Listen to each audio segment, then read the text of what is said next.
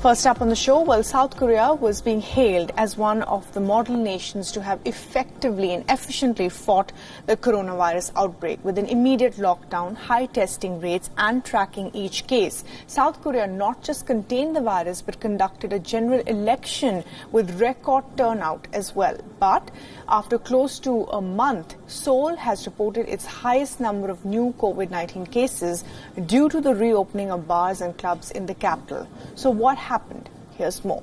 Well, the nightlife district at the multicultural neighborhood of Itaewon in Seoul is now a major COVID-19 cluster, and just 24 hours after its identification, a total of 94 new cases are being linked to COVID-19 clusters found in the nightlife district. One of the first cases from the cluster was a 29-year-old man who visited a total of 5 clubs and 1 bar on May 2nd. After having developed symptoms, the person was admitted to a hospital on May 6th.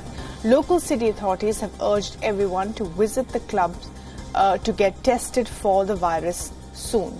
South Korea was slowly recovering from the lockdown measures and is now seeing a sudden surge in COVID-19 cases. As an immediate response, authorities have ordered the closure of all bars, clubs, restaurants, pubs around Seoul once again.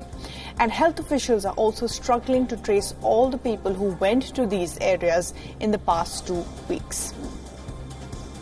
I was there on the night of May 2nd, around 2 in the morning. I was passing by, there was too many crowd here, and around 70% of them wasn't wearing mask, everyone outside. So I live nearby, so I was passing by, and I took this video on the day of May 2nd. I'm going for the COVID test tonight.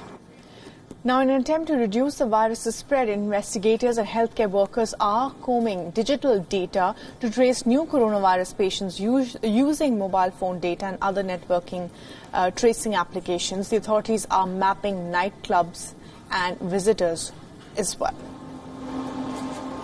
최근 평일 기준 하루에 5천에서 6천여 건 수준으로 진행되던 진단검사가 어제 하루 1만 2천 건 이상으로 증가하였고, 현재까지 이태원 클럽 등 유흥시설 방문자와 관련해 7천여 건이 넘는 검사가 진행되었습니다.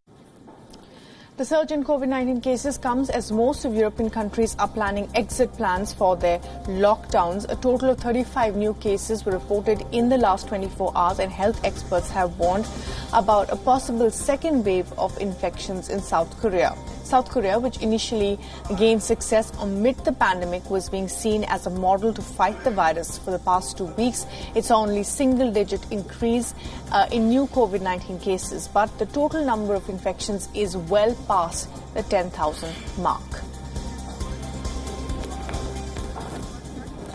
And earlier today, we spoke to American political analyst Dr. Robert Kelly, who joined us from South Korea. Listen in to what he said.